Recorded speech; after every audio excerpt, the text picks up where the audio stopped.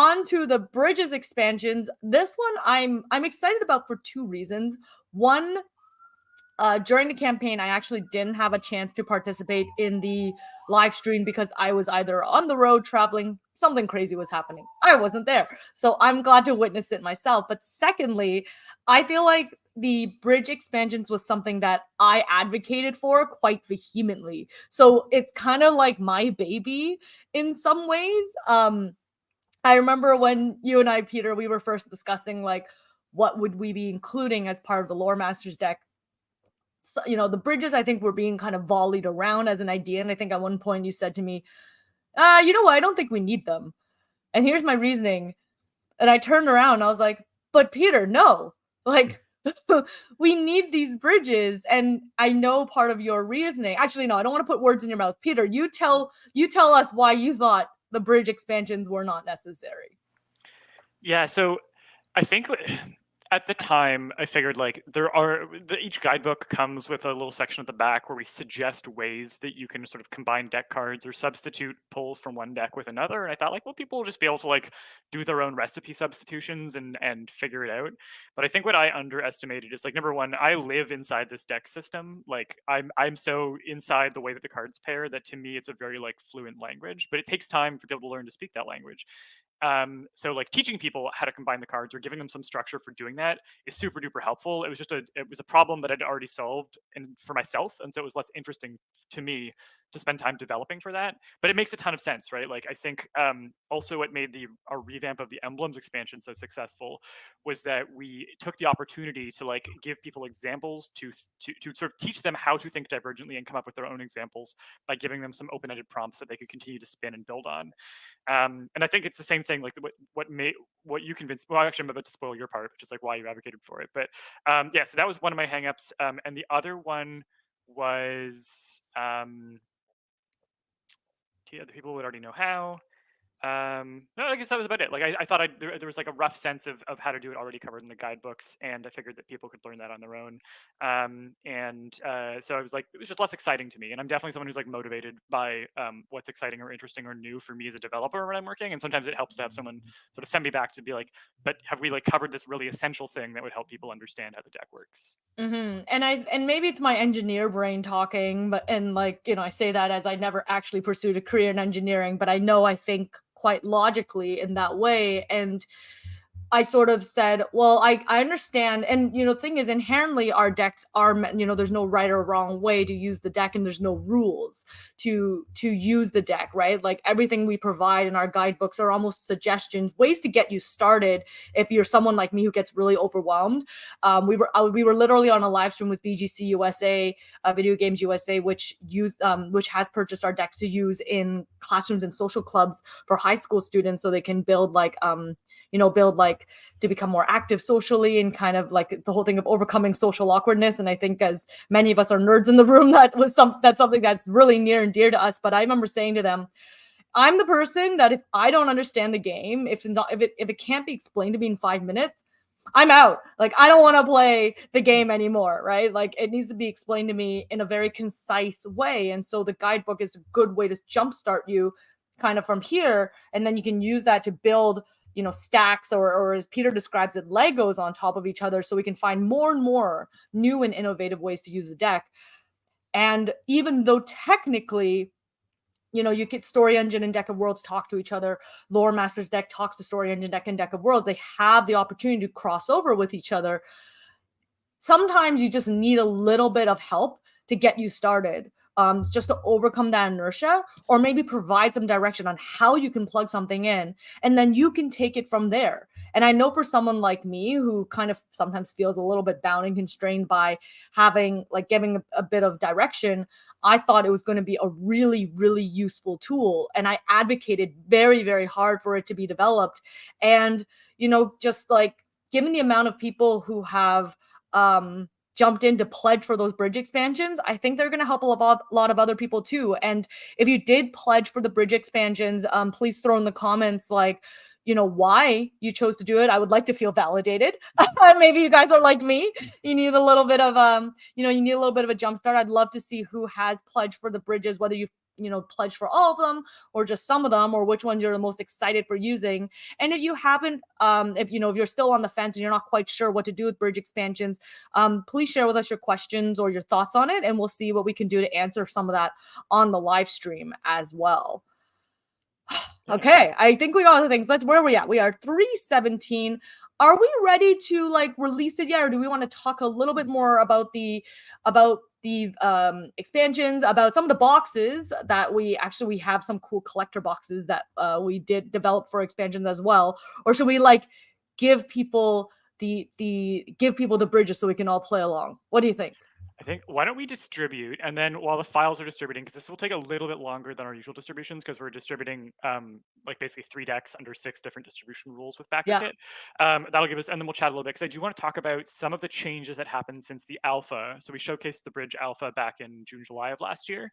I want to talk about some of the changes that I think those changes are really helped me understand the like ongoing value of the bridge expansion. I think it's Mhm. no longer just an onboarding tool. I think even for people who like are very fluent users of the deck, who like have a very fluent understanding of how the language of the deck and how the cards speak to each other, I think we'll still get a ton of new types of prompts and value out of these. And I want to share a little bit about that. But let's go ahead and do the drum roll. We'll count down Okay. from 5. Eric, you're our counter because we will be slightly out of sync because of the internet delay. So you Uh, count us down. 5, 4, 3, 2, 1. Hit the button. All right, I'm hitting 6 buttons, That's Hit a 6 buttons. and it's saying please wait. There like won't be any playing emails yet. Twister. This is just for it to figure out which backers get which files, and then we'll be able to hit distribute. Okay. So at this point, if you open your BackerKit survey, some of you will start to see the bridge expansions under your digital downloads. This is my attempt to make like distributing more exciting than it really is. It's like a And then button. we're that, blasting that's the distribution emails. symbol. I'm gonna buy myself a Staples like that was easy button and just start smashing it when we do distribution from now on, just so we have the visual. All right, all the emails have gone out. That should be about, depending on which expansion we're talking about, that's 2,700 people. Fellow Jim at the table saying, making a gif of my drum roll. I'll take a gif. We did a gif of us. What was it when we at the end. at the end of us like doing like a weird Oh, dance. the Muppet dance. Yeah. Yeah. the weird Muppet dance. Yeah. Amazing. Yeah, so as you're poking through these, I'll draw your attention to a few changes. So on a technical level, just quickly summarizing, we moved the world and lore expansion to have a more balanced set of card types across the lore side. In the alpha, we had like a heavy focus on just more cues for locations that made use of cards from the lore masters deck or from Deck of Worlds. And the more that Moroki had talked to me about the way that the bridge expansion could help people understand the way the decks could talk to each other, the more I actually saw opportunities for like how could a card from, like, say, the attributes deck of Deck of Worlds influence the way that we see a creature that we build in Lore Master's deck? So I actually took what was previously an uneven stacking of a lot of location cards in that expansion to an even spread across all the card types, and just found more creative ways to use the card types from Deck of Worlds. So that's a bit more of an even spread now. The story and world expansion, which is the bridge expansion that connects story into Deck of Worlds, really became about exploring the relationship between setting and story in a much deeper way. I think that, and again, there's a more even spread across the card types, and I think that there's, I really, really like those conflicts and engines, especially on the story side. There's just like really, really interesting motivations that are deeply tied to a sense of place or identity with place.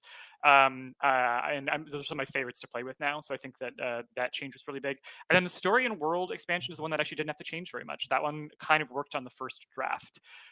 So that came out really nicely. Other than that, you'll see a few small changes in just the way that we styled cards. There's more cues and more options than we showed in the alpha. I think in the alpha we only showed 2 options for, say, the lore card primary side. So there's just more variety now. But the revamp, I think, added a ton of depth and texture to the deck, and we'll get into that in a minute.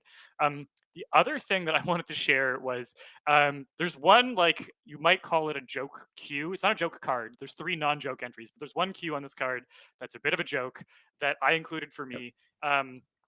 It's very rare. I'll do funny cues. I'll do cues that I find very funny, but I will only keep them in the final draft of the deck if they have a lot of utility and reuse for people. So like they really have to carry their weight. But every now and then I've had some what I would call funny cues. This is the one where I'm like, this might be just for Peter. This might be the one indulgence where I'm like, I don't know if anyone else is gonna get this or like. Well, they'll get it. I don't know if they'll like it. And I'm gonna reveal that now. I'm gonna pull up. You're gonna reveal it. I thought we it's were getting spoiled. It's gonna get spoiled. I thought we were gonna it's wait. already getting spoiled. Oh, in it's the already chat. getting. Yeah. Oh, people. So Okay. I think I did mention. I think I mentioned in a previous live stream that it was a Monty Python reference, but I don't think I said what it was. So it's this cue on the faction card from the story lore expansion called "The Knights Who Say," and then you complete this cue by pulling a conflict card, which I'll do right now. So this faction is called "The Knights Who Say," but someone they love will pay the price. The Knights Who Say, but it will make a hypocrite of them. I don't think this is a particularly useful cue, but I think it's so funny and it endeared me so much. And it also, the conflict cards were the hardest ones to deploy in support of like these sort of namesake style names for the primary lore card type. So if you have a faction, it's hard to name it after a conflict. We pulled conflicts in other really interesting ways that would evoke like curses or consequences or struggles that different groups were dealing with. But this was the time where I really got to use it on the primary card side, and it was only in a very specific context. But I just thought that was delightful, and I was very proud of that. I think funny is something we don't always necessarily explore in a lot of the prompts we do or the stories we write. Like especially the way the conflict cards are used in Story Engine deck, they usually are sort of meant to create tension and something bad's gonna happen. Like you kind of immediately feel bad for this character. It's like even if it's like a very lighthearted fairy who's living in a forest and has like a mission to find love, all of a sudden the conflict card's like, that's like ended poorly now for this person. And I find like to kind of transform the purpose of the conflict card in that particular setting is good. I mean, like, I don't know. I think we need a little bit more humor out there. And it's why I love Terry Pratchett so much and all the stuff that he's done for Discworld, because it's like you're taking fantasy, which inherently a lot of us are a little bit highbrow about, and just kind of turning it on its head a little bit.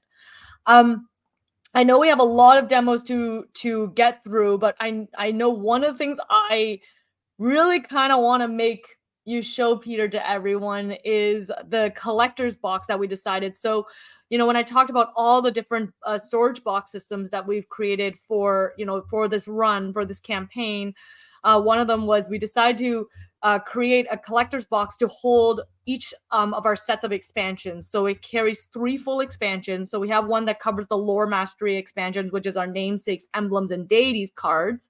And then we have one that carries all 3 bridges.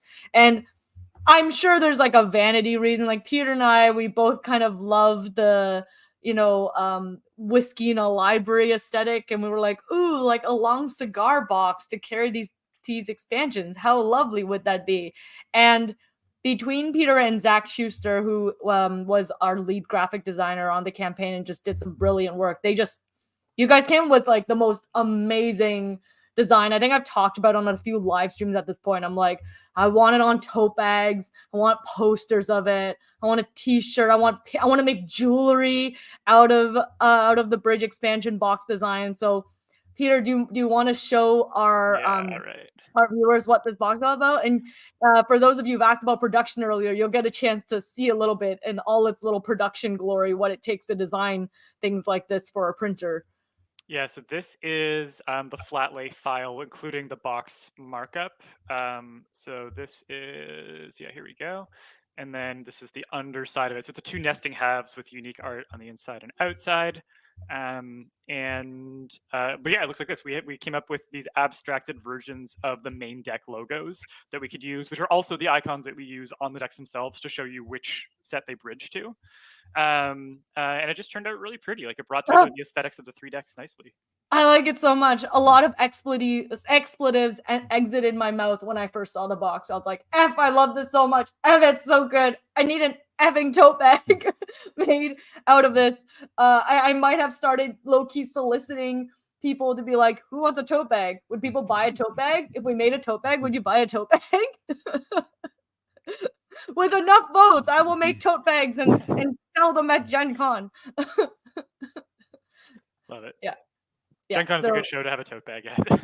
It's true. See, big brain thinking. I don't know. I just think the design is absolutely gorgeous, and Shout out to brings Zach me Schuster. brings me a lot of joy. Thank you, Zach Schuster, for bringing me a lot of joy. All right, well, why don't we go into reviewing the expansions with our audiences and start building some demos, because we got 5 to 6 to go through. Yeah. So, and just as a reminder to folks, we are going to be using this actual video as our demo video for people who want to learn how the expansions work for the next 6 months or so before we can produce like a sort of like a studio style one. So I'm going to do a little reset moment here where we sort of explain the rules from the beginning for how the bridge expansions work. And yeah, and to clarify, we are still going to be taking votes in the chat. Some of the decisions to kind of like on a baking show where like rather than making you wait 30 minutes while something bakes, they like put it in the oven and immediately ding, like they pull it out because they had it pre-baked. I'm going to pre-bake a couple prompts where I'll pull things out and then we'll vote on the interim cards. All the polls are random. Like I haven't actually set aside any cards for this, but I'll make some quick decisions about which prompts we're using just to move things along. Yeah, so welcome everybody. If you're joining us late, we have just live launched the Bridge expansions open beta for not just Lore Masters deck, but also Deck of Worlds and Story Engine deck. These are expansions that let the main deck systems call on cards from other deck systems to combine with each other and create more complex prompts. It's really awesome because basically so we did the math. We figured out the number of card combinations for each of our core deck systems. For Story Engine deck, you can make 12 billion different stories with just the basic prompt format. For Lore Masters deck, it's 8 quadrillion for just what your first lore cluster is. And then when you start combining lore clusters, the math starts to fall apart. And then for the Deck of Worlds, Eric, could you actually pull up the number for the Deck of Worlds? I know it was in our recent proofs. I think it was something quintillion. Too many zeros. Oh, 3 quintillion. I think let it was me 3 double check. quintillion. A thing Yeah. with many zeros. So many zeros. If anyone keeps so- demanding more expansions from us, I'll say, do you realize there's still so many quintillion combos you can make? So the Deck of Worlds was 900 billion simple settings and 3 quintillion complex settings. That's the one. Yeah. So a lot of different combinations. When you start to be able to use the bridge expansions to combine cards from one deck system to another, the exponential recombinability of the sets goes like ridiculous. You can do so much, like so much. You can create structures that also break the math. So in terms of like if you have the core deck systems and you want to like just a huge boost in recombinability and like just freshness to the deck use, the bridge expansions are it. They do that so well, and that's sort of I think one of the big arguments for like what the value that they bring as their own enclosed system. And yeah, and because of that, the way the deck systems work is a little bit different from most of our expansions. So one thing I'm going to mention, this demo assumes kind of a basic working knowledge of our deck systems. I'll do some quick reviews for how each of the systems work and how the prompts work, but these decks work best when you already know how to do the basic prompt from each system. That takes about 5 to 10 minutes to learn with the guidebooks, so we're not talking, this is not like the deep lore that I'm citing here, but for this demo, I'm going to be moving a little bit faster than I normally would. I'm not going to be explaining how basic prompts work. Each expansion comes with 30 cards from 2 different deck systems. So for example, the Story and Lore expansion is going to come with 30 Lore Masters deck cards that have an icon from that sort of indicate that they bridge towards the Story Engine deck. So that's going to look like this. This is a faction lore card, and you'll see here that icon tells you that this is a card that bridges towards the Story Engine deck. So we're also going to have 30 cards that look like Story Engine cards, and they will have a little icon indicating that they bridge towards the Lore Masters deck with that little flower design that we use for Lore Masters deck. So when you get your expansion, normally our expansions have like one icon for the whole expansion. That didn't make sense for the bridges because you don't need to know which expansion it belongs to. You need to know which deck system it bridges toward. So these cards, even though they have different icons, are from the same expansion, and that icon just tells you exactly which deck system you're going to draw cards from when it comes time to bridge. So you'll see 30 cards and 30 cards, and that works for each of the expansions. So the World Lore expansion is 30 Deck of Worlds cards, 30 lore cards, and so on and so forth. You may find that when you divide up your expansions, it's actually easier to organize not each expansion separately, but like all the lore cards together in one block. Or ideally, what you end up doing is actually just shuffling all of your lore cards together in one pile with your existing cards so that they're randomly drawn. And the goal of the bridge expansions is to remind you periodically to combine deck systems without making you do that on every single draw.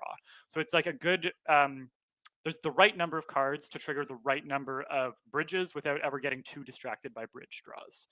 And that was sort of the goal in the way that we balanced the card types when we developed these. Other things to know. Yes, you're going to be shuffling all of your bridge cards in with your normal cards of the same type. For the purposes of this demo, we're going to intentionally draw bridge cards at key moments so that we can demonstrate the basic principles of the deck.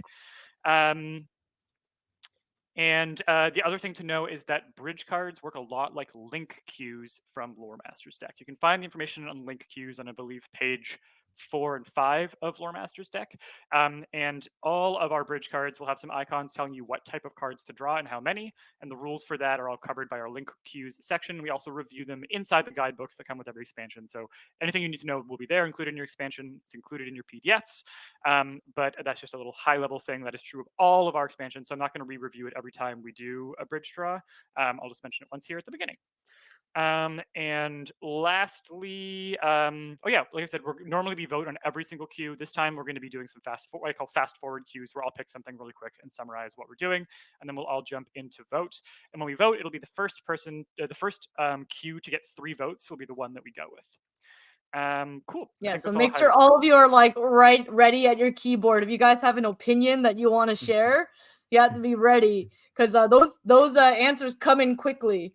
Yeah, and no entering until I say go, but you can have your cue pre-typed if you want. Yeah, I remember the last time we were like first to 3, and we were barely, like telling everyone what the cues were, and the votes were already starting to pour in the chat, and we're like, no, we need equal start times for everyone. We try to be slightly democratic. Yeah, we really do. Okay, cool. So I think we're going to start. And the last thing I'm going to say is, rather than going expansion by expansion, I'm going to go card type by card type. So to start, we're going to do a lore queue using lore cards, and then we'll do another lore queue using Deck of Worlds cards. So rather than doing like one expansion at a time, we'll do one card type at a time, because they follow the same concepts through each card type. So I'm going to do an event to start, and this is going to be a card that I'm going to draw from the story to lore bridge expansion from the event cards. So this is what a primary queue looks like.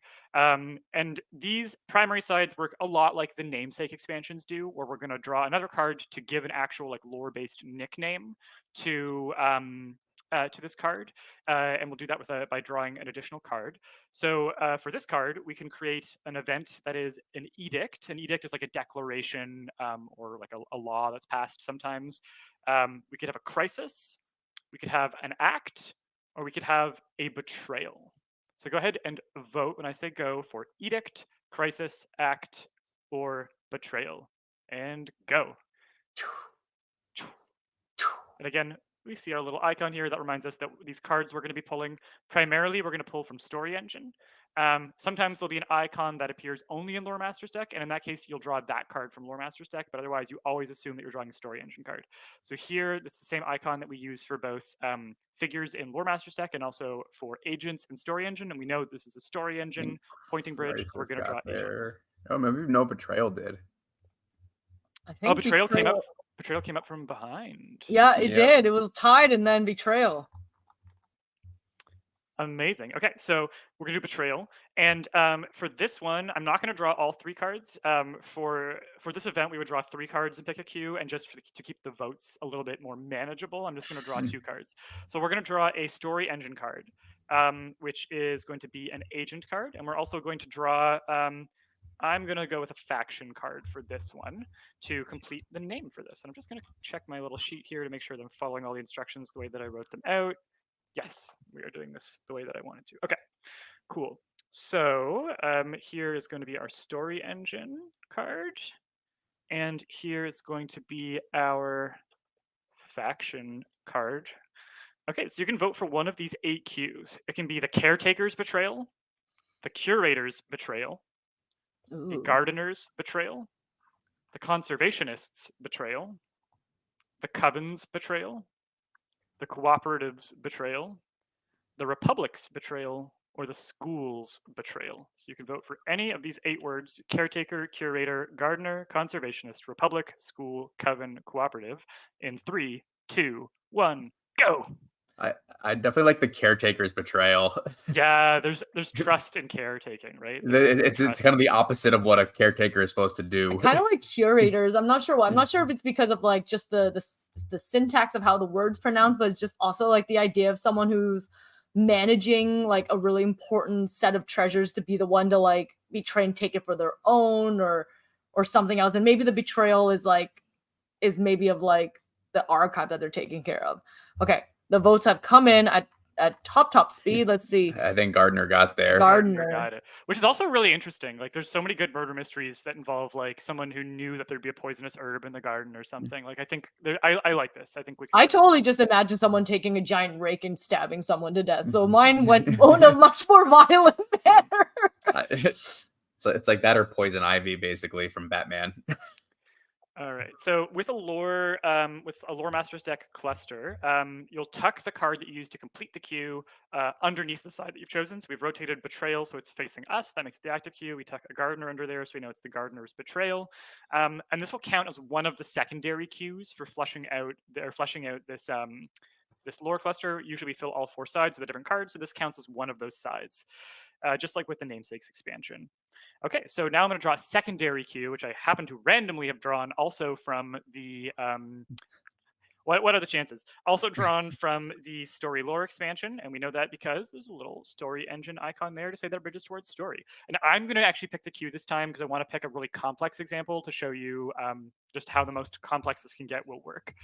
Because it actually ends up being pretty easy once you're used to how the cards operate. So events have catalysts and fallouts, which are things that contributed to the event happening or things that happened as a result, directly or indirectly. So we could have a catalyst where a person was in the wrong place at the wrong time. And we would draw a couple of agent cards to pick the person who's in the wrong place. And we would draw a anchor card and a location card. So one card from Story Engine, one card from Lore Master's deck for the other to find out who it was and where they were. You have a fallout where, as a result of this event, there was a sacred quest that occurred for somebody unexpected. So we would draw 2 agent cards to pick the character this is going to be about. We'd give them an engine or a motivation, and then we would draw a anchor card to figure out what the object of their quest is. We could have a catalyst / fallout, which means this could be either one. It could be a contributing factor or a result, where it was the creation of something unexpected, and we would draw 2 anchor cards. And keep in mind, the anchors from Story Engine tend to have a combination of both objects and locations on them. They're like a dual purpose card. Sometimes they even actually have events on them. So the creation of something expected could fit a wide variety of criteria. Like, we get a lot of different material out of that. And then lastly, we could just give this event a trait by drawing from the aspect cards from the deck. And the aspect cards are adjectives that work a little bit like modifiers, but there's no overlap. Like, all the cards are completely different in Story Engine to Lore Master's deck, so it just gives you access to a much wider library of cues. So in this case, I'm going to do the fallout where the Gardener's Betrayal led to a sacred quest for someone unexpected, because I want to do something complex here where we have 3 cards getting stacked up in an interesting way, because it'll make for a really good example for how we expand these cues. So go ahead, we're going to go ahead and take fallout, sacred quest. Just absolutely destroying democracy. Democracy is destroyed. If you want to make this a really proper sham democracy, you can vote in the chat, but you can only vote for sacred quest. It's the most democratic answer. The most democratic answer. Okay, so that's great. So now we're going to complete this just like it's a link queue. So we're going to go ahead and draw 2 agent cards. And for this, we're going to vote. So the sacred quest for someone unexpected, is that someone going to be a beast, a hedonist, a shapeshifter, a pet, an investigator, a conspiracy theorist, a journalist, or a scientist? So you will be able to vote in just a moment for beast, pet, shapeshifter, hedonist, investigator, conspiracy theorist, journalist, or scientist. 3, 2, 1, go.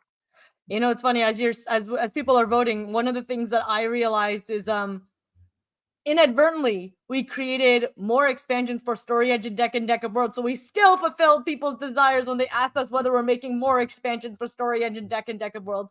We did, guys. Look, we did, in the form of the bridge expansions. Yeah, there's just straight up new content for all of them. I think Shapeshifter has the victory. Ooh, I like it. All right, so we have an event it was called the Gardener's Betrayal, and it led to a shapeshifter being given a sacred quest, an unexpected sacred quest. Even more so. Wonderful. Okay, so now we're going to give this shapeshifter the motivation that is driving their quest. We're going to draw an engine card using, it says a little engine icon there, and we're going to vote for one of these two cues. So this shapeshifter sacred quest, was it to save something or to be saved by something? So you can go ahead and vote on save or saved by in 3, 2, 1, go. It's interesting because I realized I never use the story engine deck as much as I use Deck of Worlds in the like early days of using the deck. And it was, I think, close to Gen Con where I started playing with the deck story engine deck a lot more. And there was really something interesting in the binary of being active in something and being the passive receiver of something, and how much it can change like a certain character and their storyline, their motives. Yeah, yeah. And I do find like a lot of good fiction will have the character that we're going to identify with most is the character who does want something and is trying something. It's not always true. Like people have managed to tell really interesting stories about characters who are more passive, but it's harder. It's a lot harder. But like a character having a motivation, not even succeeding at it, just having something they want and trying is like a really quick way to immediately get us on board with them. But in this case, I think the saves had it. So this sacred quest is given to the shapeshifter who wants to save something, and then we are going to draw an anchor card from the story engine to figure out what it is they want to save. I like how this one secondary queue is just like sliding like far out. It's like we haven't even addressed the other corners yet, but this one's like, excuse It's me. getting big. Excuse me. I've got the spotlight here. And I actually think this might be the card that was randomly drawn for the example in the guidebook. I'm pretty sure this card appears in the guidebook. I could be wrong. But does our shapeshifter want to save a village, a restaurant, a boat, or a holy symbol? So you can go ahead and vote on village, restaurant, boat, or holy symbol in 3, 2, 1, go.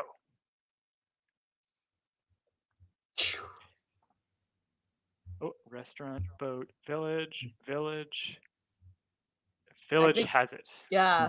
I kind of wanted restaurant because like it's not the like village is grandiose, and I think as writers we love those concepts, and I was like, but a restaurant, I don't know, there's so many brawls that happen in taverns and stuff. Like no one ever thinks about the poor tavern whenever you see it's like they're like taverns and restaurants are often the settings of many a fight, and no one ever thinks about what happens to all those people afterwards. Like, do you know how much money it takes to replace glasses and tables? See, I don't even think you need to go with the full like a fight in the restaurant. It's like with a gardener's betrayal. Maybe like the gardeners have just decided to stop selling produce to this restaurant because they don't like this restaurant. So now this restaurant needs to like get a new food supplier that's going to go under. But also it's a village, so it doesn't matter. Yeah, we ended up with village, but yeah, no, I definitely have been thinking about it. It's either a food supply thing or the gardener's betrayal was like they let loose this like really toxic invasive plant in the area, which has led to like the local druid or something now got stuck with the job of like saving the village from this invasive toxic weed that's growing everywhere. I mean, isn't that literally the theme of Overcooked? Isn't the theme of Overcooked is that like the king accidentally raises like zombie toast? Yes, vaguely. That's Overcooked too, but yes, I see what you're saying. He gets a recipe book that's supposed to raise the bread, and then it raises the unbread. That's so good. That's so good. And then the rest of how you'd fill this out is the same way that you would for any other lore cluster. So I'm gonna go ahead and draw two quick cards to fill it out, and I'm gonna pick cues because this is not going to be the part that's as interesting from a like perspective of learning how the deck works. So here's quickly a secondary cue for an event from the main deck. This is not from an expansion. And yeah, correct. The Deities expansion is going to be released next week, so you can join us next Thursday at 3 p.m. Eastern for that launch. And again, anything that you order between now and then will be instantly available as a PDF as soon as you finish your pre-order or you finish adding on. So this is a great time to start to like anything that you want to add to your pledge or your pre-order now. Now is a great time. Mm-hmm. And if there's any, and there's like a secret side piece that is coming out along the Deities launch next week that has tangentially related to Story Engine Deck of Worlds, and that it's tied into creativity and the team, but there's going to be other stuff happening as well as part of the deities deck. I think it's actually apt that it's happening at that time. Yeah, yeah. A surprise reveal. Surprise reveal. I think we'll tease it a little bit more in the next project update. All right. Well, Yeah. Oh yeah, but so for this one, I'm gonna go ahead with I'm gonna go ahead with one that is involved a lot of shameless profiteering. I'm gonna go with that partly because it doesn't require us to pull another link queue, and I think it does make sense that something motivated these gardeners, and maybe they were like paid to sabotage the village. And then I'll draw another event queue very quickly. Catalyst, sudden whim. That's a fun one. Fallout, construction or landscaping of a memorial. Catalyst, fallout, meteoric rise of a figure or faction. And then trait intended as controlled destruction. Ooh, using like toxic plants for controlled destruction of a village, but it gets out of hand or something could be really interesting as well. So I'm going to go ahead with those cues. So we have a complete lore cluster here. And when you complete the lore cluster in Lore Master's deck, you have the option to expand on one of the cues. Expanding is when you pull a card out of the lore cluster, you use it as the beginning of a whole new lore cluster, so that you can start to build out more elements of lore in your world and weave an actual web as cards expand out from each other and are joined by these threads of lore. It's a very fun process. But what happens if we have a big, complicated card stack like this? The shapeshifter who wants to save the village.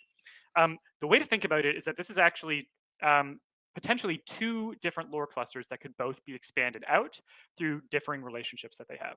So if I wanted to expand just the village card, I would pull it out like I do with a normal expansion of a lore cluster. I would rotate it so village is now facing me, because when you have a card that's pulled out that is the center of its own lore cluster, you turn the active queue to face you. And then I would treat this just like any other lore card for how I expand it. I would pull a modifier card to say that this village is a whimsical village. Just like with a any other expanding of a lore master's card, I would use the arrows to remind myself that this card links to this card in this direction, and I started here and I moved here as I expanded my web. I would do all the normal things. Also for village, when you just start pulling secondary cues to fill out a lore cluster, you want to pull cues from the closest matching card type. So even though this is the anchor icon, which is also the icon that we use for objects in Lore Master's deck, Village is kind of more of a location queue. So I might choose to pull location cards because I think location is the closest fit for what cards are going to describe a village. And likewise, if I wanted to instead expand the shapeshifter card, and let's imagine that I hadn't expanded the village yet, I could pull this whole stack. This was literally what I was thinking. I was like watching this happen, and I was like, oh, suddenly this very long segment can actually be broken out into a smaller segment, and you can actually, in some ways, even before starting, like you've already kind of found like new segments to break apart, like 3 to 4 pieces to break apart before it's even begun. Yeah. You also just turned the village into a restaurant. Oh, oops. It was meant to be a restaurant all along. All along. So now I've made this hairy shapeshifter, and the shapeshifter I would treat as probably as a figure card. So I draw some figure cues, but also like, this card has beast and pet on it. I can think of the shapeshifter as primarily being like an animal that shapeshifts into a human form, but the animal form is actually like where it came from, its primary form. So I could draw creature cards. I could draw creature cards to fill out this character if I think that that's a better fit. So really the cards that you use, it's up to you. As a default, you can just look at the symbol on the card and draw cards that match it. But alternatively, you can be more creative if you see that the way that this should be filled out requires a different type of cue. And hereby showing you that everything we have is just the guidebook, and there are so many ways you can break the rules and take it in your own direction. Yeah, and the bridge expansions, while they do codify some of those rules, they also this is a great place where if you start becoming comfortable coming up with your own conventions for how cards work, you'll be able to do some really cool stuff. But from here, I could fill this out with 2 other figure cues, and I'll just do it for the sake of showing how this works and for the sake of good form. Yeah, we have Science Fantasy Awesome even saying you could draw a figure card and a creature card. It's true. You can draw you can draw 2, find the one that works for you. Yeah. Like we're not showing it because we're fast forwarding here, but sometimes you can draw more than one card if you're looking at additional options, right? Yeah. And then from here, I can expand out the village as well. I would leave the engine card attached to the shapeshifter because this is a motivation that belongs to the shapeshifter, but I could pull the village card out, make that a new lore cluster over here, and I could keep expanding. So basically, when you have a stack of cards that involves an engine, you want to treat the agent cards and the anchor cards as though they are primary lore cards that can be expanded on their own. And you want to treat any engines, conflicts, or aspect cards from the story engine deck as though they are secondary cues attached to the card that they are immediately tucked underneath. So treat wants to save as though it's like almost like an agenda queue attached to this agent. If we had picked a trait out that had been attached to the village and we had an ominous village, that would travel with it when it pulls out. So you basically just treat those agent cards and anchor cards as though they're primary lore card types. Everything else is just a secondary lore card type. And that's how you do the full conversion kit. That's basically everything that you need to know about how to use the lore cards that bridge towards the story expansion. Yeah. So we're done one. Yes, we're done one. One of basically 5 or 6 that we're gonna do. 5 more to go. Maybe at some point we're gonna just have to just really rein it in and be like, I mean, if you guys can tell even from this one cluster alone how fast it can expand on how far we could go. I we could be here all afternoon. Like, you're just gonna see us like dripping sweat as it goes on, where it's just like, oh my god, all this world, all this making of worlds really like gets you a workout. Shuffling all this dirt is exhausting. I like this, GG from the floors. I mean, yes, very much so. Very much so. And for those of you who are joining us an hour in, we are the Story Engine. We're the Story Engine team demoing the Lore Masters deck bridge expansions today. We are a company that makes a really amazing set of cards that will help jumpstart all your creativity. We talked about the billions and billions and quadrillions and quintillion of combinations that are available when you use our decks to help fuel your creativity. We have writers who are who use our decks, educators, teachers. I know in one of our live streams, people I asked you guys to share what you guys have used the decks for, if you guys have used the decks for your various forms of creativity before. And we love hearing those stories. Like we actually just brought one up, I think one of our live streams recently, where someone shared with us that they use the deck as like a conversation starter for their B&B guests. And we just think that is so cool. Like you guys find uses for our deck in a way that I never thought was possible. Never thought that was possible in iterations before. Storyteller Trios, I love how you said so politely, joining us an hour in versus forgot that time zones are a thing and showed up late.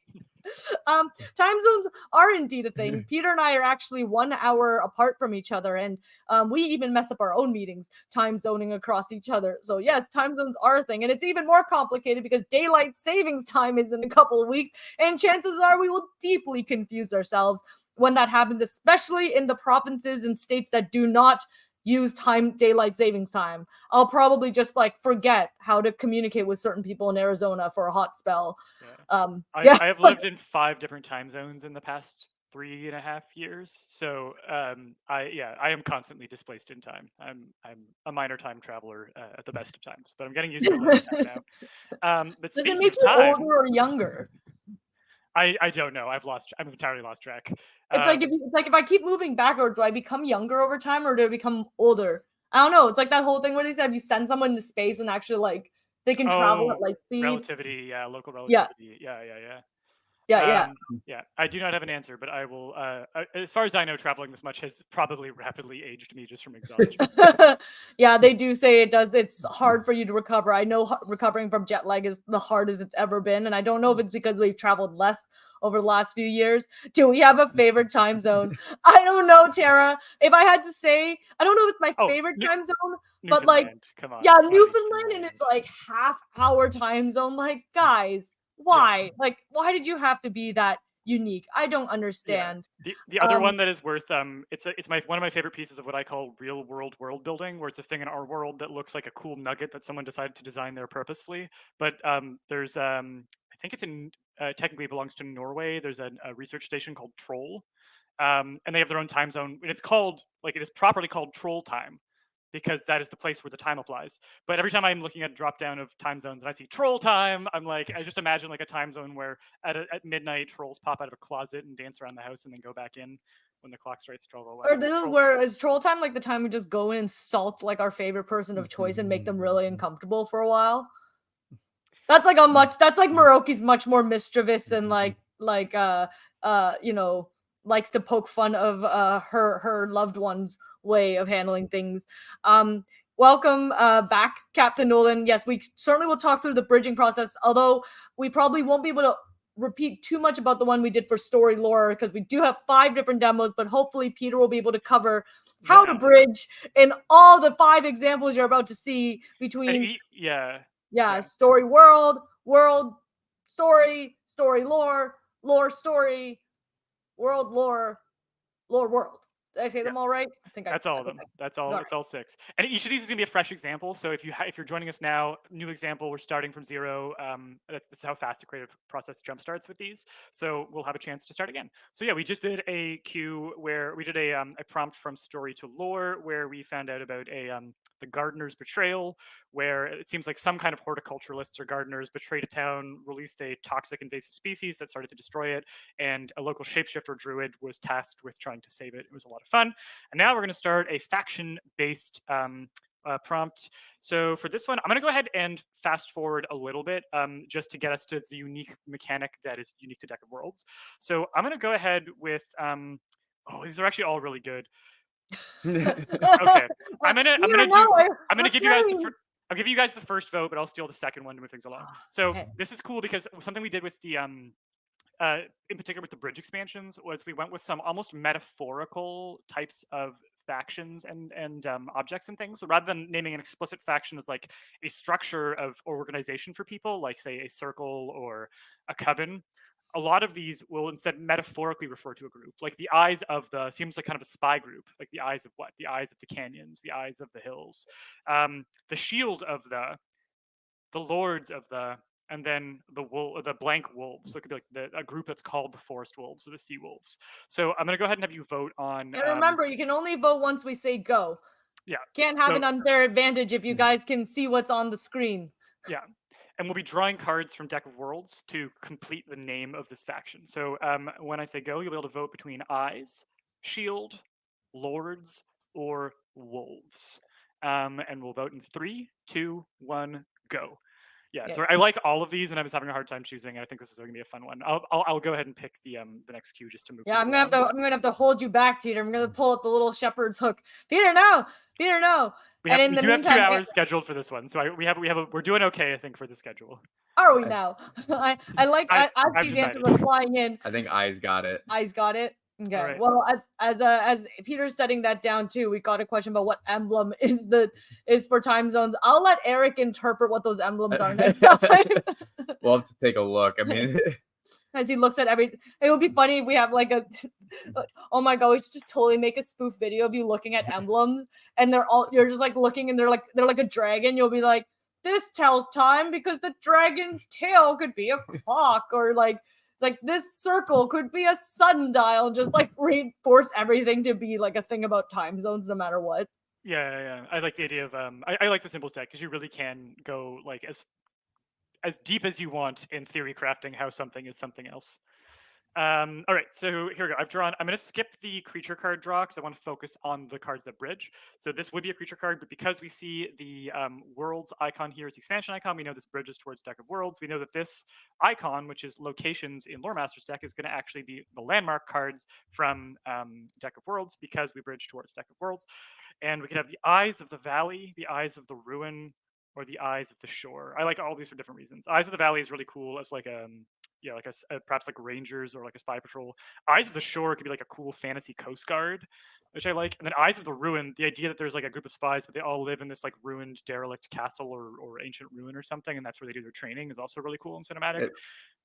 I'm gonna go with. Sorry, go ahead, Eric. I was gonna say the Eyes of the Ruin is also kind of like one of those situations. It's like almost like in the Mummy, where it's like there's something buried underneath there. So you've got this faction that nobody knows about. But if somebody ever gets close to this ancient buried evil, they'll come and try to stop them. You have talked me into it. That was my third pick, and you fully jumped it to the front. All right, so Eyes of the Ruin is the faction that we're going to build here. Okay, cool. So we fast forward that bit, and now we're going to go ahead and vote on a bridge card from that bridges towards Deck of Worlds. So again, we're completing a lore cluster, so we're going to complete all 4 sides of this. And right here, we are going to vote on which queue we want to use. So This faction, the Eyes of the Ruin, could have a background where they have an incredible origin story or claim to fame, and we'll draw some origin cards from Deck of Worlds to figure out where this, what the origin story of this group is. We could have an agenda where the Eyes of the Ruin are trying to track down a document or a work of art, and here we would actually pull an expansion card from Deck of Worlds. So for Story Engine, all of the icons in the bridge expansions only bridge towards cards in the main deck. For Deck of Worlds, because we added some really interesting card types to the expansions, we decided to bring a small number of those into play. It's never more than 1 queue per card, so you don't need to have the expansions to be able to use these. You can fully ignore this if you don't want. You can use it as a closed queue where you don't draw cards. You just think about what the document or work of art is. But we wanted a chance to use some of those really cool expansion cards. This is from the Lore Fragments expansion for Deck of Worlds, which is an expansion where you come up with ideas for documents or works of art or statues or lore that exists in your world as a physical substantiation, whether it's like the local man, so if someone does have a Lore Fragments expansion, they're gonna look at that and be like, what's that? Well, and we do include all of the icons in the guidebook where we explain what they are, including the ones that link to the expansions, just so that no one gets lost. So all covered in the expansion guidebook. We got you covered. No one's going to feel too lost here. We've jumped past the rules introduction to get through all these together. They could have a notable nickname where we're going to draw namesake cards from Deck of Worlds. So these namesakes are really designed primarily to work with locations, but some of them do work with factions in interesting ways. So you'll draw some extra cards so that you have some good choices to work with. Or a trait where they have a false reputation for an attribute. So we're going to draw an attribute card, but it's not actually true that they're like that. It's just what they're known for, and it's a false reputation. So in a moment, you'll be able to vote for origin story, document, nickname, or reputation. That's origin story, document, nickname, or reputation in 3, 2, 1, go. Go. Now the question is since we're like filling in the other while people are voting and we're filling in the rest of the factions, because we have the Eyes of the Rune, could we technically use Deck of Worlds to fill like to further down the rune as well? Yes. As we did for Story Engine, as we did with the story one? Yeah, so I'll get to that in a second. But yeah, you can totally expand this out as a location using the Lore Masters deck system, or you can make it a micro setting and actually like have a world map that you develop on one side of your board, and then lore clusters on the other side of the board, and you link the locations to the lore clusters using the link tokens from the deck. So yeah, the answer is yes, and multiple ways to do it. All right, so what did the votes come in with here? I think it's origin story. Origin story, sick. Okay, so I'm going to go ahead and tuck that under this side, and we're going to complete that as a queue. And now, just like this was a link queue, we're going to go ahead and draw 2 origin cards. These are cards from the main Lore Masters deck, and we're going to pick one of these 8 queues, which you can vote for. So we can vote that the Eyes of the Ruin were a former military superpower, that they were founded by a repentant criminal, that they were created or given as a gift. This is one that really works with locations. It doesn't work as well with factions. You will find sometimes that the queues don't quite match. That's okay, that's expected, and that's also why we recommend multiple card draws to find a viable pairing. So the Eyes of the Ruin can be created or given as a gift. We can also apply that to the Ruin itself and not necessarily to the Eyes of the Ruin, that the Ruin was given as a gift. That this faction was shaped or affected in some way by tectonic activity.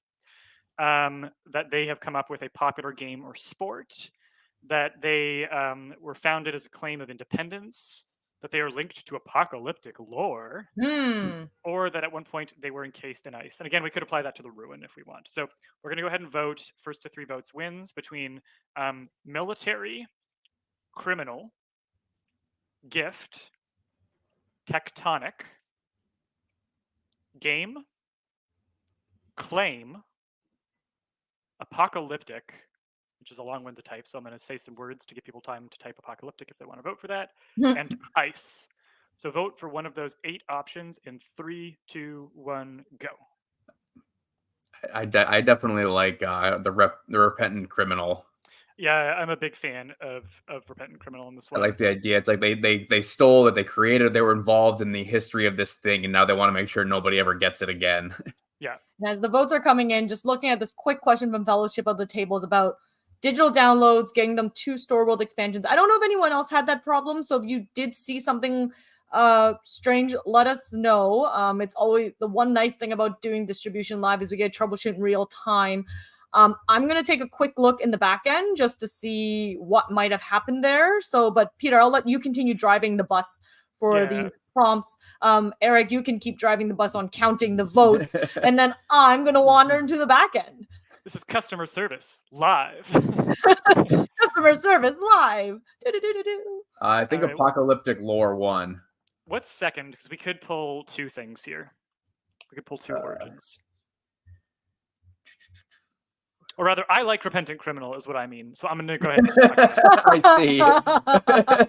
And the advantage here is that we can just tuck that on another side, treat it as a trait that we apply to this. We now have a mix of democracy and dictatorship. And what I'm calling enhanced democracy. Yeah. Not dictatorship, it's enhanced democracy.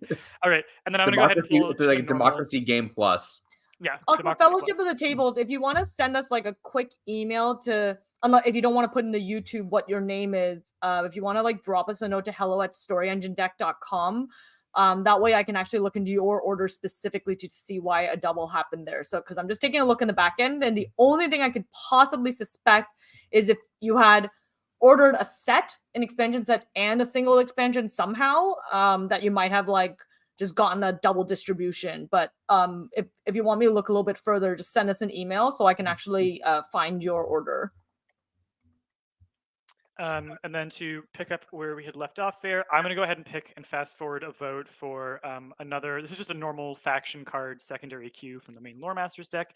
I'm giving the Eyes of the Ruin a secret base or weapon.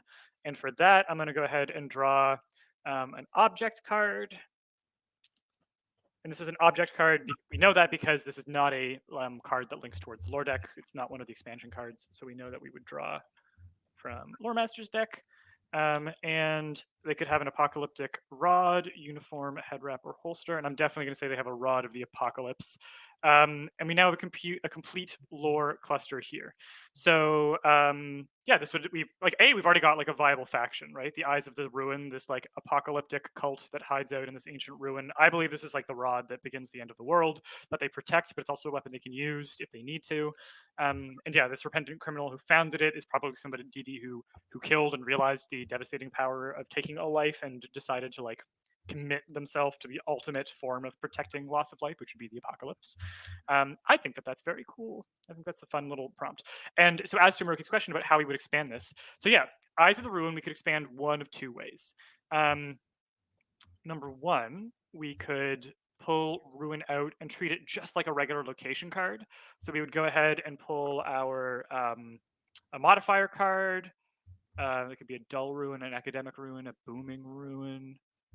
I'm going to say a lethal ruin. I like the idea that it's got like traps and things protecting the rod on the inside.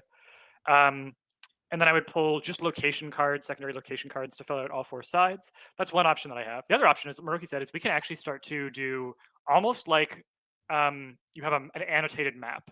So on this side, I'm going to pull out the ruin, and I'm going to actually start building this out as a proper Deck of Worlds cluster. I'm going to say that the ruin, I'm just going to pull a random card. The ruin is in a rainforest. I'm going to give it a namesake. The Rainforest of Ancestors, the rainforest that sings. Oh, the ruin that sings. Like there's the wind howls through it and makes this eerie noise. I really think is fun. I'm going to pull a quick origin card. Last known location of a lost expedition. That's honestly perfect. That expeditions have gone missing trying to recover it because of the Eyes of the Ruin. I'm going to give it an attribute. Habitat of a giant animal. I love the idea of an animal guardian for it. And then lastly, I'm going to give it an advent card. So this is a coming change. An important cultural expression is being banned. I'm going to attach that to the rainforest. Oh, no, actually, maybe a big festival is going to happen, and the extra people is going to bring more attention to this local site that could be a curiosity, but obviously we don't want attention on an apocalyptic ruin. So, no, really? Yeah, it could be bad. Could be bad. But what's really cool is this side of our map or our board would become a map where we could start to draw more lore clusters and build out a world. And every time we have one of these locations that's tied to some of our lore, we just pull out our handy little link queues, and I know that this ruin connects to my faction over here. and I would just do this. And there's rules in the main guidebook for Lore Masters deck for how these tokens work. But basically, this is a corner token or origin token, which says that the link starts or originates here, and it just links over here. And I could have lore clusters that each tie to and fill in different details of the world. And it's almost like having an annotated map where I've got this world map, and anytime I want to zoom in on a location, I can see like, oh, here's a cool thing that's going on there. This takes a little bit more space than we have here on the cam, but when you have a big table space to work with, you can do some really, really cool world building. I love annotated maps. I love when you can like sort of click on a map and see what the details of a particular location. And this actually lets you do that in like analog copy, which I think is really fun. Yeah, so that is an example of using the deck of worlds and lore expansion, the world and lore expansion, for combining different things. The other thing to mention is basically landmarks and regions. When you pull those cards to complete a lore queue, you'll treat them as though they are location cards. They're going to be treated probably like primary queue location cards. And so you can expand those anytime you want. Any cards that are namesakes, origins, attributes, or advents, you're going to treat as though they are secondary queues. Like they're one of these light side cards that you pulled and tucked. So you wouldn't expand those. And if you ended up tucking a, like some cards will tell you to tuck a landmark with, say, a namesake attached. If you expand that, you take the namesake with it. So you always treat any card type that is basically analogous to a secondary queue. You're going to treat it as belonging to the card that it's directly tucked under. So whenever you expand, you bring that card with it. And we've got diagrams that explain this really clearly in the guidebook. It's a hard thing to like imagine when it's being said out loud, but we've got some good examples in the guidebook that will show you exactly how that's going to work. And that's 2 expansions down, folks. Two expansion prompts down. Yeah. Yeah, we're 2 of 6. So I'm going to clear this board, and we're going to get right into the next one. And what are we doing now? We're down through 2 of my 3 sheets of my plan for how we were going to get through everything here. So we're looking good. All right, let's do some story cards. So now we're going to do the 2 expansions that have story cards in them. These are cards from the Story Engine deck. And these ones are actually a little bit simpler. I think these are going to go pretty quick. The cards for the story cards look like this. And we have 15 engines and 15 conflicts. We're basically going the other way for those of you who are wondering as well. Yeah. Like what we're doing is when we're saying we're using story, we're going from story to lore is what you're insinuating, right, Peter? Yeah, exactly right. So we're going to be pulling story engine cards that call upon Lore Masters cards or Deck of Worlds cards to complete the prompt. And we know that because this is a story engine card. We can see that very clearly. And it's got this little Lore Masters icon on it. We know that it bridges towards the Lore Masters deck. We know that any icons we see here indicate cards from the Lore Masters deck. So we would start by building a story engine prompt in a totally normal way. So I'm going to do just the basic story seed. I'm going to draw an agent card. We could have a story about a teacher, a holy person, a hermit, or a messiah, and we'll vote on this. So in the chat, you can vote for either teacher, holy person, hermit, or messiah in 3, 2, 1, go!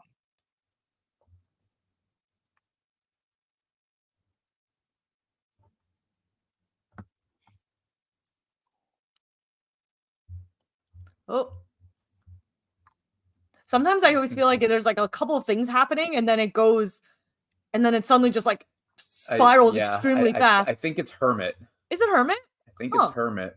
Teacher, holy person, hermit, teacher, hermit, hermit. Yeah, hermit crept up from behind. Right. That's the thing. I was like, do, and then all of a sudden it was like, do, and I was like, oh no, there's so many things happening. And I'll quickly answer Raymond's question here. He added the story world bridge expansion to the backer kit. But so the PDF does not come automatically with the physical copy if you're adding it on after the campaign. So you need to add the PDF separately to get that. The other thing you can do is you can just upgrade your pledge to a different pledge tier. Any of those core pledge tiers come with everything in the core pledge tier as PDFs and physicals. So any of those bundles that include Lore Masters deck and some stuff, you'll get the PDFs for everything. But if you add on just the expansion on its own separately, it does not automatically come with that. You need to add the PDF separately as well. But I think those are like $5 or $6 or something like that. So there's the PDFs are not expensive if you want to add those on.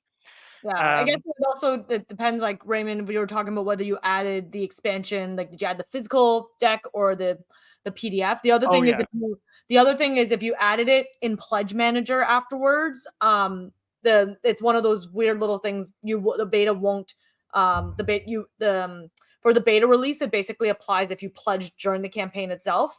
or if you ordered from the pre-order store, but not in that little interim period if you added it through Pledge Manager. But not to fret on if you did order the PDF, or if you ordered the PDF as part of the physical expansion, you will receive it on the 14th when we launch the PDF for sure. Yeah. I think it should. I think if you are due to receive one, it should show up instantly. But you can check your exact rewards. Like, it'll list out every single PDF and physical that you get at the end of your reward survey when you're done. So check to see if PDF is listed there. Because if it's PDF there and it's not in your inbox, we can make sure that you get it. But if PDF isn't there, it probably wasn't included in the way that you configured your pledge. But we'll pick up here with our hermit. So actually, we'll use that card that I pulled already. So this hermit could want to lead something, and they could want to lead a faction or a location, which would be a very interesting story for a hermit, because usually they avoid people. So I think there's some fun tension there. Or they want to understand the prophecy of something. So they want to understand the prophecy of an event, or a prophecy tied to a aspect card. So I'll go ahead, or actually, let me just see. I might have wanted to pick the example here for the reasons of, yeah, I was going to go ahead and pick this one myself. Oh yeah, because I wanted to look at lore codes to complete the engine. So yeah, I'm going to go ahead and do wants to lead, because I think this will make better use of the lore cards. We're not going to vote on that one, but we will vote on how to complete it. So we've got a hermit who wants to lead something, and that could be either a faction or a location. And this is where we're going to vote. So this hermit could want to lead a theocracy, a camp, a clique or clique, which I've heard pronounced both ways, a committee, a residence, a slum, a promenade, or a desert. So go ahead and vote on, and don't until I say go. We'll vote on theocracy, camp, clique, committee, residence, slum, promenade, or desert. And that's in 3, 2, 1, go.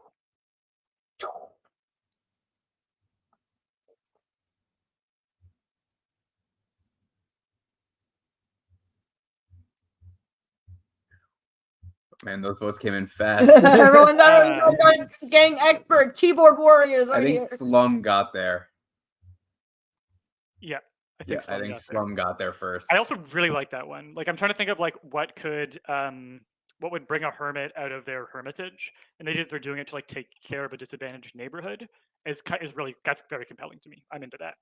All right, so we've got Slum there. So when you have an engine card that comes up from any bridge expansion, so whether it's the expansion that bridges towards lore cards, or the story world expansion, which bridges towards deck of worlds, you actually replace the next card in the standard prompt format with the card shown.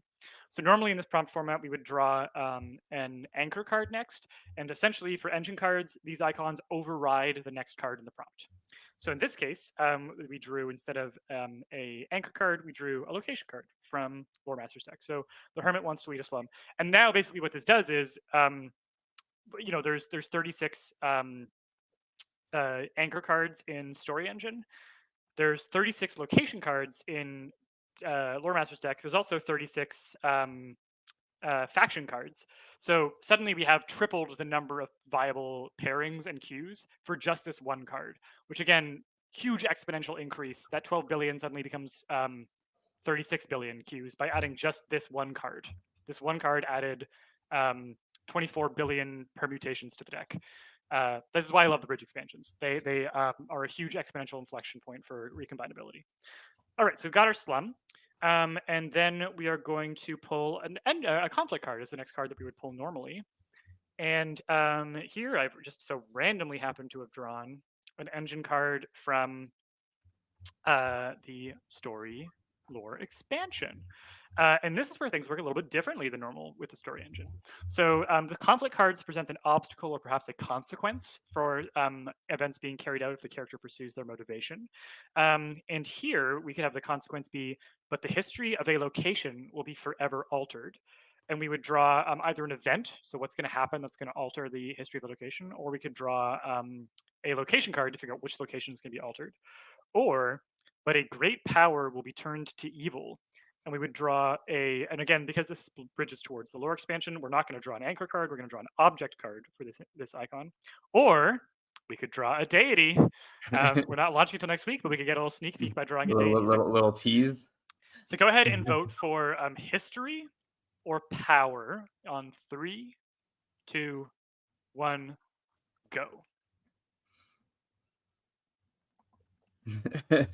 Tense silence ensues.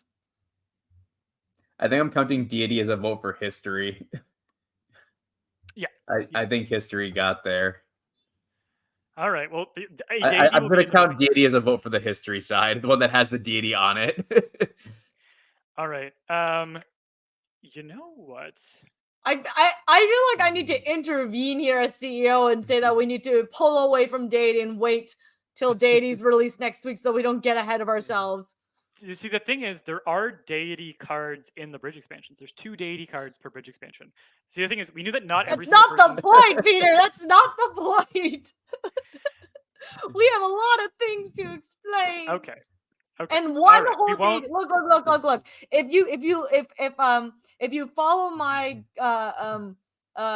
persuasion today, then maybe next week we will sneak in a deities bridge thing in the deities expansion where we have only one expansion to explore in all its entirety versus 3 expansions today and so many different ways to go.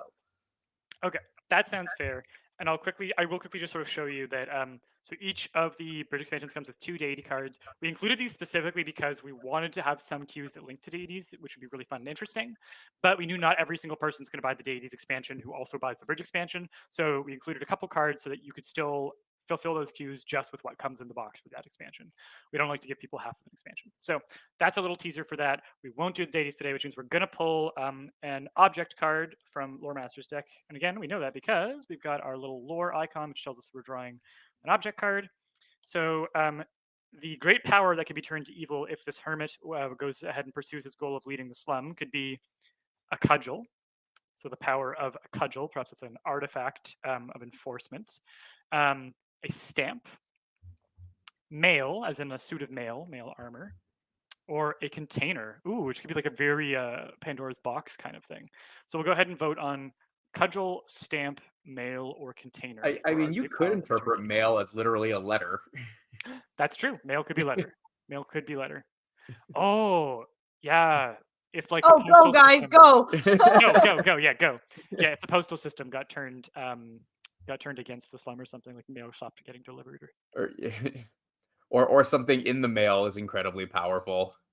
You're just mailing something that should not be given to general post. Oh geez, here comes him rolling in, and I as like once again I was like, I see 1, I see 2, and then they came in at top speed. Oh, there's like a lot of different opinions on this one. Yeah. I think container. Container got there first. I think container did. Took a little while, but containers did get it. And then we would actually just tuck container under the conflict card.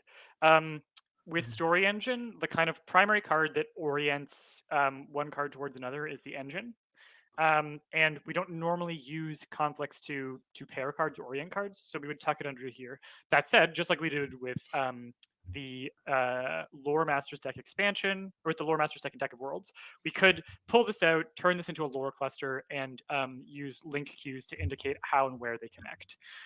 We could also do a condensed Story Engine prompt where we tuck these together to show that this flows in this direction. If you really want to get condensed, you can do something like that. And you can almost start to treat Story Engine like Lore Master's deck, where you have multiple cards stuck together. We could even do something like this, where they want to lead the slum. Okay, Peter, wait, I'm going to walk you back. This is one of those moments where beginner Moroki is sliding in here. Yeah. Beginner Moroki is sliding in because the second you start tucking the Story Engine cards, I'm like, where does the slum go in all of this? Yeah, so because one of the things I know a little bit about Story Engine deck is that there is a little bit of a sequentialness to it. So the moment you pulled the conflict card and jumped it in to tuck it in, then I'm like, I'm confused. Where'd the slum go? Yeah, so there's 2 things that we can do here. So one is if we're still treating this as a Story Engine prompt and we're not going to basically convert it to a Lore Masters deck prompt, we do what's called a conflict engine pair. So this is where we tuck the conflict and the engine together, and we think of the conflict card as an arrowhead at the end of an arrow, which says that this motivation, the wanting to lead, points from this card towards this card. So they want to lead the slum. And in this case, in this orientation, we would keep our container tucked under the conflict card because it belongs to the conflict. And this would be our Story Engine notation. This is like kind of the condensed notation that we cover in the complex prompt section. So the Messiah wants to leave the slum, but a great power will be turned to evil, and that power is a container. However, this is one of those things where actually the format of Lore Master's deck may be superior for mapping what's going on as the prompt gets more complex. So why wouldn't you slide the slum under wants to lead the slum for now? Because the slum may end up with its own set of engines that orient in a different direction. But it isn't there yet. Or, for example, this is like it's this. So I'm gonna walk this back for a second. Think about it as though it's a normal story engine prompt. Looks like this, right? So if I thought it was a real story, if I considered from the lens of a story engine prompt, see, this is where our different brains work, and I'm interjecting because I'm like, this is how my brain works. Hopefully, there's one other person whose brain works like mine, and this is the steps I would want to take if I'm thinking about taking this in a different direction. So if you start tucking the cards in the direct and in a certain manner to condense it and to find ways to expand it later, then what I would have done, I think, is I would have done the Messiah wants to lead. Like I would tuck that. Do you want to do it just so that I can't reach through the screen? So just to be really clear, so this is not the way that the guidebook recommends to do it. But like we said, ignore any guideline that doesn't work for you, and that's what we're doing here. But I'll say the guidebook does not suggest this particular format, but anything that works for you is like you're good to do. So I would say I would do the Messiah wants to lead the slum. I would tuck the slum in this moment, just in this moment. Do it for me. Do it for me, Peter. Yeah. Do it for me. And then I would put the conflict in. Oh, right? Like in a stack like this. Yeah, in a stack. Yeah. Like, okay, I understand that it wants to do that. And then if I chose to break it apart, like if I want to explore the slum and build a lore cluster, I think what I would do is then I would take the Messiah wants to lead. I would shift those two cards. It was a hermit originally, by the way. Oh yeah, sorry. It's okay. Someone wants to lead the slum, and then I would flip the slum to in the orientation. Then I would pull at the conflict and leave the conflict past the slum, or I could leave it tucked like that. But then I understand the progression a little bit. What you've done is converted this into a Lore Master's deck prompt. And I think that's why you like that architecture. You've done exactly what you would do to convert this into a Lore Master's deck prompt. What I would probably do, because this conflict kind of more belongs to the hermit than it does to the slum, I might tuck it under there, which is what I've done at the beginning. But yeah, what you've done is convert this to a totally valid Lore Master's deck prompt where we would put a modifier here. It is a speckled slum. I don't know what that means. I'm just pulling cards quickly here to demonstrate the thing. And we pull lore cards to fill out the sides. So that's totally valid as a Lore Master's deck prompt. Specifically, the story engine notation uses engine conflict pairs to orient characters' desires or the motivations or plot effects of certain characters or objects or locations toward one another. It works a little bit differently. I won't get into it in this stream, but you can look at the kind of the story engine pair section of the story engine guidebook. It's around page 6-ish if you want to know more about that. And actually, maybe the quick example that I'll give about why it might be nice to do it the way that I'd shown at the beginning if we're still keeping this as a story engine prompt. So story engine, we have all of our cards separately. We've got our hermit who wants to lead a slum, but a great power will be turned to evil. And that power is a cudgel. I'm going to take the cudgel out because I think the cudgel makes the visual a little bit harder to understand if you're doing your first story or your first engine conflict pair. An engine conflict pair, we tuck those two together and we orient them towards the thing that has the motivation towards the thing that's the object of the motivation. So we would do it like that. That's standard in story engine for this motivation flows in this direction. And the reason that that's helpful is that if another character also had a motivation tied to the slum, like we're going to come up with a villain who's trying to hurt the slum and the hermit is trying to protect it, we would draw our agent card, a researcher, a collector maybe is coming after the slum for some reason. And then he's going to have his own motivation and his own conflict, which are going to be paired like this. He wants to destroy the slum, and they'll have to turn against their mentor to do that. And we would, it's hard to fit on this surface, so I'm going to go a little bit further, but we basically do that.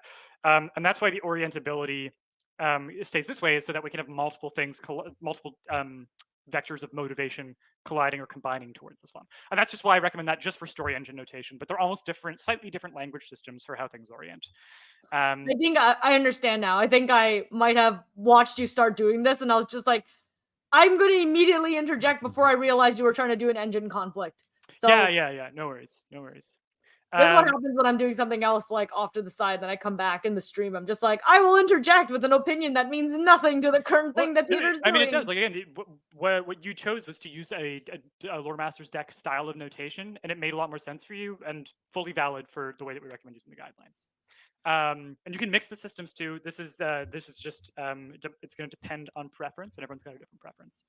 Yeah, so that is story towards lore. And then I'm going to go ahead and do a quick fast forward here. We'll do an example bridging from story to worlds, but it's going to work almost the exact same, truly. They're very, very parallel card types. So we'll start with a character. I'm going to say a bookworm is our character for this prompt. They have a motivation, which I'm going to randomly draw from the prompts towards world. So they can want to complete a ritual in a particular location. We draw a region and a landmark. Or they could want to resolve the crisis of a particular location. That's really interesting to me. So I'm going to go ahead and pull that. So again, instead of drawing a normal card for the next card when an engine card, the draw replaces the next card in the prompt sequence. So instead of drawing an anchor card, I'm going to draw a region and a landmark. So they want to resolve the crisis of a city, a quarry, or a graveyard. I really like the idea of a crisis in a graveyard, so I'm going to pick that cue. I like in the middle of all this, everyone's still talking about the slum. It was a Yeah, compelling slum. yeah. Oh yeah, we didn't actually get to have time to like unpack the prompt so much, but yeah, that would have been a fun one. I was actually getting very into that story. But I in this mean, case, we. Oh yeah, y sorry, go ahead. no, I was just saying, like, I mean, you guys have access to the live stream, and feel free to, like, pause and screen cap Yeah. these prompts and take it off in your own way. I mean, for those of you who've received our betas of the Lore Masters deck, or, you know, on March 14th, when you get the full PDF versions, you can always take the slum and expand on it on your own time. We always like to see what people have come up with. Yeah, absolutely. Um, I'm actually having D&D campaign ideas off of these, which is a dangerous thing for me because I do not have time to do more D&D at the moment. But you'll see here that we would pick between region and landmark, and then we would choose between 2 advent cards as well. So I'm going to draw some advent cards from Deck of Worlds. Advent cards in Deck of Worlds introduce like modern events or changes that are happening. So wildlife in the graveyard is behaving peculiarly. Perhaps it's being aggressive, disoriented, or hyperactive. The graveyard is under siege from a foreign power, an army, a bombardment, or a propaganda war. An important species is on the brink of extinction, and it's culturally sacred, or it's being hunted by poachers, or it's losing its habitat. Or a huge construction project is on the verge of collapse due to material shortages, pulled funding, or a workplace hazard. Um, in this case, I'm going to go ahead and pick something just to move the example along here, where I kind of like the idea that they're under siege from foreign power. I like the idea that perhaps there was like a city where they've lost the city, and the only hold point for like the people defending it is like they've fallen back to the graveyard. It's the last bastion that they're holding, and there could even be like ancestral spirits in the graveyard that are protecting them or bolstering them, or that would be a really fun storyline to explore. We would draw a conflict card, and again, I've randomly drawn one. It just so happens from Deck of Worlds here. But they will have to entreat the spirits of a particular place, which is actually perfect for this prompt. We would draw a region card and a landmark card to complete that queue, but we could also just choose to use a card that we already have on the board. But a once bustling place will become empty forever if this bookworm resolves the conflict of the graveyard. And for there, we would draw a region and a landmark to choose between for the once bustling place. So in this case, I was going to do a vote here, but this is so perfect. They will have to entreat the spirits of a particular place. So I just think that's like poetry for this particular prompt. We have a bookworm who wants to resolve the crisis of a graveyard. I think the entire city has fallen back to the graveyard. It's like their Helm's Deep moment from Lord of the Rings, where they've all fallen back to the keep. They've fallen back to the safety of the graveyard as the city's being invaded. They're under siege by a foreign power. And perhaps the bookworm, who's like done some deep learning, is going to need to like read all the gravestones, do the research on who's buried here to find a way to entreat with the spirits of the graveyard to help protect them in their hour of need. I think that would be really cool and fun. And that is how we would set up a story engine prompt with Deck of Worlds cards to complete it. And here again, if we wanted to, what we would do if we wanted to expand on our graveyard we would do the locking mechanic from Story Engine Deck. This is covered on, I believe, page 3 of the guidebook of Story Engine Deck. You can find more information. But essentially, we're going to put a card face down to represent the location of this card in the prompt. So here's a face down landmark card to say that this card was a landmark. And then separately, just like our annotated map with Deck of Worlds, we would put our quarry up here, and we would draw the rest of the cards required to fill out a micro setting. We'd build a micro setting around this graveyard. And we draw all the cards we would need to for a full Deck of Worlds prompt. And now we have this cool thing where we have like a zoomed in story happening in a part of a larger setting or world. We could build a map around it. We could figure out who the invading army is by building the a setting next to it. It'd be super fun. But yeah, in the chat, I would love to see how you interpret this cue. What would you do with it? What vibes are you getting, and what's your inspiration when you read a bookworm who wants to resolve the crisis of a graveyard that is under siege from a foreign power, and they'll have to entreat the spirits of a particular place in order to achieve their goal? I feel like I am like rapidly leveling up how to build story prompts and world prompts as well through half the guidebook things. I'm like, it even feels like I'm like Moroki's being put to the test here in how the decks are being used in these various prompt, like various ways, because I'm watching you lay out this landmark card. I'm like, but knowing me, I would immediately forget that it was associated with the graveyard because I would do something really weird. Well, the nice thing is, like, if you have Lore Master's deck, technically this is the bridge between Story Engine and Deck of Worlds. But if you've got Lore Master's deck, you can use those bridge tokens or those link. I was about to say, I was going to be like, I think I needed some link tokens to give me a hand here. Yeah. You just plonk those in, and we know that our graveyard is the landmark right there, and we link our story annotations going on the side to our setting going on in the top corner there. And it's beautiful. We've got an annotated map with lore links mapped out just like that. I'm trying to remember which one of us was the one who really wanted some link tokens. Was it me? So I pitched like we could do like a thing, and you're like, we have to do that thing. Yeah, it's gonna be so for hard literally this reason. I look at things like this, and this is why. This is why is because I need little arrows to draw things everywhere. Yeah, and again, the link tokens come with every physical copy of Lore Master's deck that is included in the box. That's not. It was a stretch goal that we achieved. It was a stretch goal. It was I think the big one that we both had our hearts set on, and we're really glad we got to do it. So you'll have every single person will get these. If you're just doing the PDFs, you can use paper clips, you can use pennies, you can use Mancala beads. We actually based these off of the road and city tokens from Settlers of Catan. So you can raid your favorite board game for tokens. Basically anything will do. You just need to be able to make a little trail of breadcrumbs for yourself. All right, so that finishes how the story cards work, whether they are bridging towards Lore Master's deck or they are bridging towards Deck of Worlds, which means we are on our last example. We are going to do some example. We're going to our last two. Doing some world connections. And so far, I've been doing prompts that just show one bridge. For this last example, this is pre-planned. We're going to do a blended. We're gonna pull cards from all 3 expansions just for this one setting cluster that we're gonna make. The giant prompt setting that people were asking for. Okay, so we're going to do a little bit of fast forwarding, and we're going to do a mix of fast forwarding and votes here to get through. So we're going to start by voting on one of 3 regions. These are just normal And maybe regions. just as a final shout out, this is our, this live stream. If you're joining us for the last, 20-ish so minutes of this live stream, I'm Moroki, this is Eric, and Peter in screen yonder. We are the team of the Story Engine, and behind Lore Master's deck, we are demoing our 3 Bridges expansions for you today. We just spent the last hour and a half really digging into Story World Connection. Story World Connections and Story Lore Connections. Now we're going to do some World Connections and bringing in all 3 decks just to see it all at play. If you haven't checked us out yet, you can find us at storyenginedeck.com/lore, where we're still accepting pre-orders for all of our decks. You can learn about them on the website. We have so many demos and live streams for you to watch and check it out. Our early bird pricing is ending on March 4th, which is only in a few short days because February ends very quick. We got one more extra day than we thought we would this year. So yeah, in a few short days, the pre-order early bird pricing will be over. So get your orders in if you guys are still considering the deck. And of course, if you always have questions about the decks, about the expansions, about us, feel free to always leave a comment in the Backer Kit community page, send us an email, drop us a message on socials. We love your messages and we love hearing from you guys and joining you guys on these streams. So yeah, we love talking to you. Talk to us. We love learning about our community, and because we can't teleport all over the world to chat with you all the time, these live streams are a good opportunity. And if not that, then online, which is almost like teleporting. Yeah. I love being able to hang out with y'all. And I love the fact that we get to have people from like across the world joining us with these. It's always a ton of fun. And speaking of worlds, let's build one.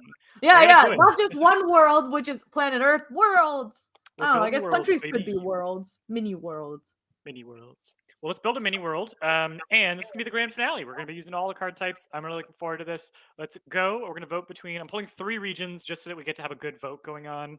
So it's gonna be first to 3. Do we want to do a region that is a marsh, a mountain, or a wasteland setting? So go ahead and start typing, but don't hit enter yet. You Don't can hit go enter. Marsh, mountain, wasteland, and 3, 2, 1, go. Punch that enter button. We're going to get these complaints from people being like, our enter button has been damaged because we've all been slapping the enter button so violently on live streams. We do not hold any responsibility for the damage you do to your various devices in order to get these votes in on time. All right. Let's Yeah, see. these votes came in March. quick. I think March got there. Marsh got there first. Yeah. Close though, really close. Very close. They were all hit 2 before one hit 3. All right, we're gonna do a marsh setting. Love it. Okay, so I'm gonna go ahead and fast forward the landmark, and so the landmark it's gonna have is going to be a marsh with a pool or a marsh with a garden. Ooh, I like the idea of a marsh with a garden. So big Good. I marsh, was gonna pick garden. hard to navigate wetlands, and then Rookie, what are you picturing for the garden? For me, it's on an island in the middle of the swamp, but I don't know what's in it yet. Do you have any ideas for what's in the garden? I don't. I will fully admit I was like very much I've been very influenced by the maze image that's on the garden. Yeah. So the idea that there's like a maze like garden in a marsh and that it's something that like provides like an obstacle for adventurers to go through is literally where my brain headed. Very literal, but the picture worth 1,000 words very much influenced me in that moment. Yeah. I love that. I think that'd be a really fun like a skill navigation type puzzle or scene or moment in a tabletop RPG. We watched The Cat Returns from Miyazaki on the weekend, and there's a maze moment in there, so maybe that's kind of still influencing me too. Nice. I think we had the gardener pull earlier for the gardener's betrayal, so I think that's what was drawing me to garden. I've been primed. So I'm gonna go ahead and fast forward this as well. The marsh. This is a namesake card. We're going to nickname the garden or the marsh. So we could have the marsh of brambles, the garden of brambles, the marsh of bruises, the garden of bruises, the bristling marsh, the bristling garden, the marsh that declared war, or the garden that declared war. I like every single one of these. I like bruises. Bruises just is such like what we don't characterize marshes or gardens of bruises. So what does that mean? There's something mysterious about it. All right, let's do bruises then. Do you want that on the marsh or the garden? The marsh, I think, because I find like marshes are a place where it's like wet and like the leaves, like things bruise easily, right? Because like the like all the greenery and the vegetation is wet, so it tends to like rip and bruise. If you put like things just bruise. I have an idea now. Okay, so I don't want to load too much lore in here because we're going to be loading some cool stuff in with the bridges. But if that maze that you need to get through to get. You didn't even acknowledge the pun before you hit it. I had to exit. I'm trying so hard not to constantly allow people an open door policy to pun me to death on live streams. Yeah, but I want to encourage it. Wow. Oh, this is amazing. the troll time. This is troll time coming out right now, everyone. Yeah, this is troll time. Troll time. Oh my gosh, that is now the hashtag for when the chat will troll you with puns. But my pitch here, I love that maze idea that you had. There's like a maze that needs to be navigated in the heart of the marsh. And I like the idea that the garden maze is like plants that if they bruise, like leaves, if they bruise, they release like a toxin or a spore. So in order to navigate this marsh, like there's these floating, like almost water lilies, but if you touch them even slightly, that bruising starts to release this toxin. So it's really, really deadly. And it's like any amount of touch will do it. I feel like everyone would just straight up die in this. Yeah, like, which is awesome. I feel like the for a only way D&D to survive is by flying, literally Yeah. flying. Yeah. Oh, and the idea that it's the dead adventurers that like compost the marsh so that these things can grow in greater numbers is so dark and terrifying. And I would love to run a really horrifying scene in this marsh for my party. Again, I can't do more D&D right now, so please stop giving me amazing ideas for a campaign because I can't currently use them, but I will write them down. Okay, so now we're going to get into some cards that bridge.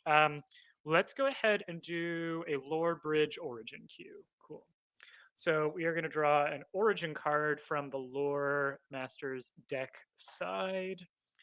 And these are all easy to find because I have everything laid out in the Leviathan box, which has been an absolute blessing for these live streams for organization. So here we go. We have the lore icon, which means that this origin links towards the Lore Masters deck. And our marsh or our garden here could have an origin. It could be the origin of a prized breed of creature, and we would draw a creature card to figure out what breed of creature lives in this marsh. It could have been founded or settled by a faction, and there we would draw a faction card to complete that. We could have, and there's always one non-linked queue on every card for the origins. I think for all of the world's cards. This is just so that if you are doing some rapid style world building, you don't need to slow down to draw that extra card. It's a little bit out of rhythm with Deck of Worlds, so we wanted to include some options that don't require extra draws. So the could be the origin of a misunderstood saying. For the purposes of the demo here, I'm going to actually say that you cannot vote for that, just so that we have a chance to show how the linking mechanic works. So please no votes for origin of a misunderstood saying, which is a great way to get people to vote for it and protest. But source of a valued material. So we figure out what material grows in this marsh. So go ahead and vote for creature, faction, or material. You can type that in, get it ready, but don't hit send yet because we're going to vote in 3, 2, 1, go. It's almost like as we do this, it's almost like Guy's grocery games where he tries to like trick people whenever he says 3, 2, 1, go. It would just make our lives more difficult. Yeah, it's just gonna make the counting harder. That would also require us to come Yeah. with really witty ways of doing 3, 2, 1, go, like all the time. Yeah. I think. So I think creature. Yeah, I got think there. creature. Yeah, creature's got it. Okay, cool. And Maroki, do you want the marsh or the garden to be the origin of the creature? The garden. Garden. Okay, cool. I think it helps like narrow things down a little bit too. Beautiful. All right, so now we're going to go ahead and vote for a card to complete this origin. So is the garden an origin of? You'll be able to vote between a raptor, and that could be a bird of prey or dinosaur. That's up to you, baby. An otter, a drake, an elk, an ant, a lion, an armadillo, or a plant. So you'll be able to vote in just a second here. I'll count down. Raptor, otter, drake, elk, plant, lion, ant, armadillo. 3, 2, 1, go. And if it isn't raptor, you're wrong. And the dinosaur version. Yeah, I think a marsh of floating flowers that kill you if you brush them, and you're being hunted by velociraptors that have learned to thrive in this toxic Yeah, I'm environment. just saying, like I feel like raptors horrifying. would be able to thrive in a way that maybe certain other like soft mammals can't. I think we got otter. Hey, love it. I actually love. I've watched a bunch of otter videos recently. My wife and I have been on like a cute otter videos kick. Otter. I mean, otters are adorable and they can survive in aquatic environments just fine. I mean, I guess it's fair. Like if they're underwater, they maybe don't brush against things that bruise. So like they just, or like maybe the toxins only really work when it's airborne, but when it hits water, it neutralizes. Yeah. Well, you know, we've never really like there's like, you know, chemical compounds change. Eric was literally talking to me yesterday about reversing like, you know, nitrogen versus nitric oxide and how like, you know, if you change even a molecule of something, you can reverse something that actually inherently is dangerous for soil back to something that is high nutrients for soil. Yeah. Those contexts would be interesting and different and fun to explore. For our next draw, we're going to do a story bridging card from the story world expansion. We're going to do an attribute. So attributes are just like they kind of establish the modern day status quo of the location. The kind of fun thing about having origins, attributes, and advents in a deck is that they give you a sketch of the past, present, and future of your location. So it's not just a snapshot in time; it's a place that has an arc across time. So our marsh or garden could be the site of a good luck charm or shrine, and we would draw an anchor card for that. Could be known for believing in a consequence for sin, and we would draw a conflict card. This is a style that I really like in these cards. So the religious belief in this marsh, the people who live there, is that the consequence for sin is a particular style of punishment, which would be decided by drawing conflict cards to determine that. It could be known for a sustainable or renewable energy, and again, that's not a linked card. Those are the non-linked option. and then home to a lesser god with a specific domain. This is not a deities card draw. We're not drawing deities. We're only working with story engine cards. But the god who lives in the swamp would have their domain be a certain type of person, a certain type of place or object, or a certain trait. We would draw a card to complete that idea. So go ahead and vote for good luck, for sin, for energy, or for God. You can vote in 3, 2, 1, go. And we may have to start fast forwarding through some of these if we want to try and slightly keep towards our timeline. 3 cards left. 3 cards Three left. full cards left. Yeah, that's including all the sub draws as well. Okay. Or the 3 draws left, I should say.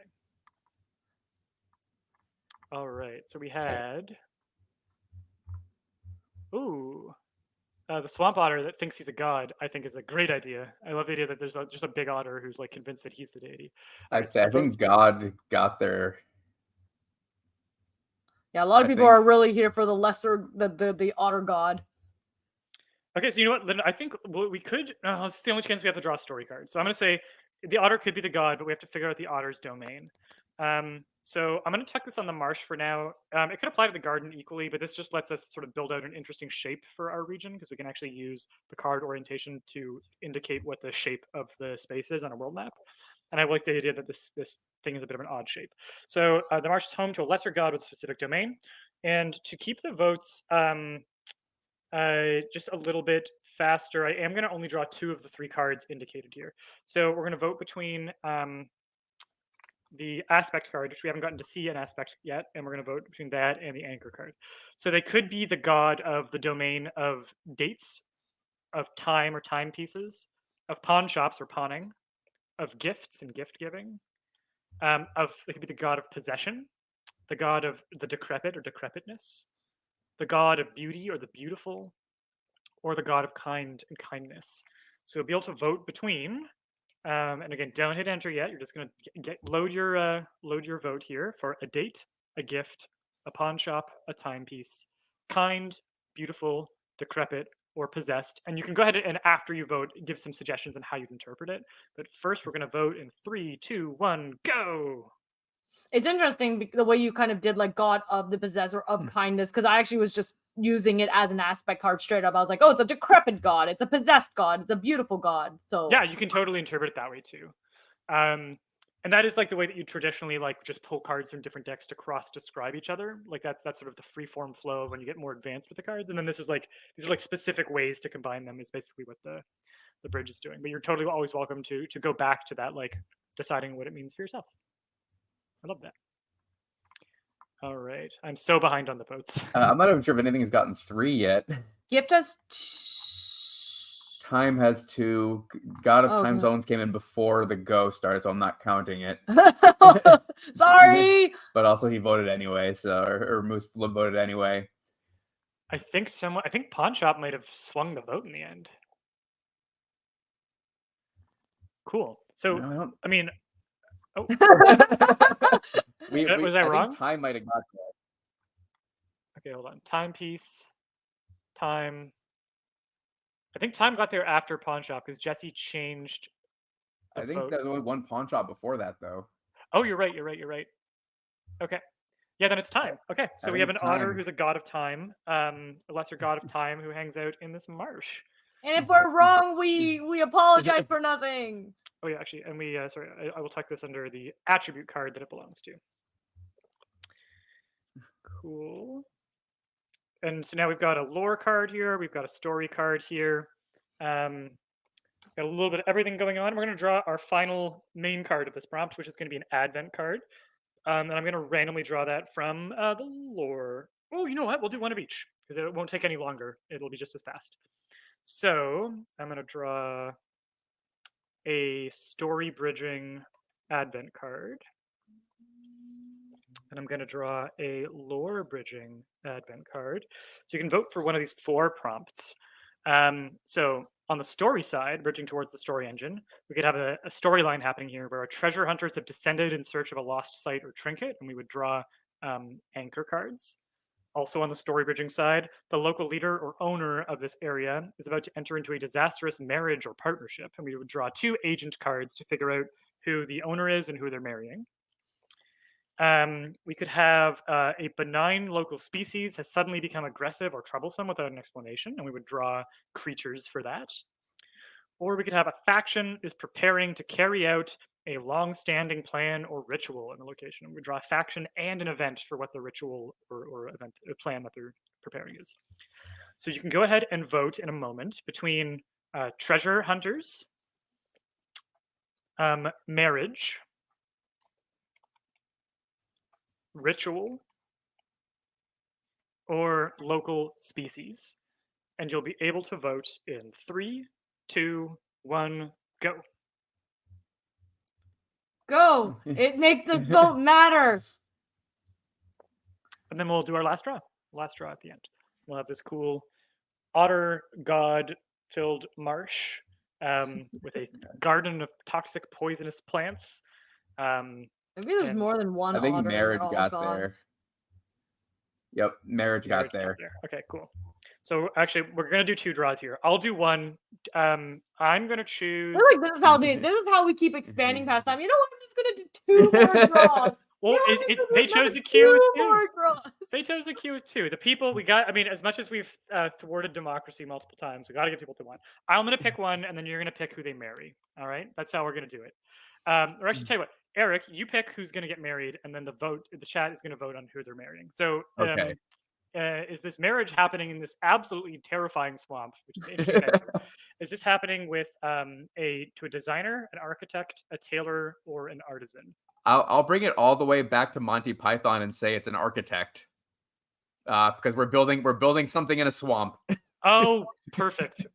And it's death to build a castle in a swamp, and they're getting married in that storyline. Exactly. So perfect. Wow. Couldn't poetry. It's absolute poetry. All right, chat.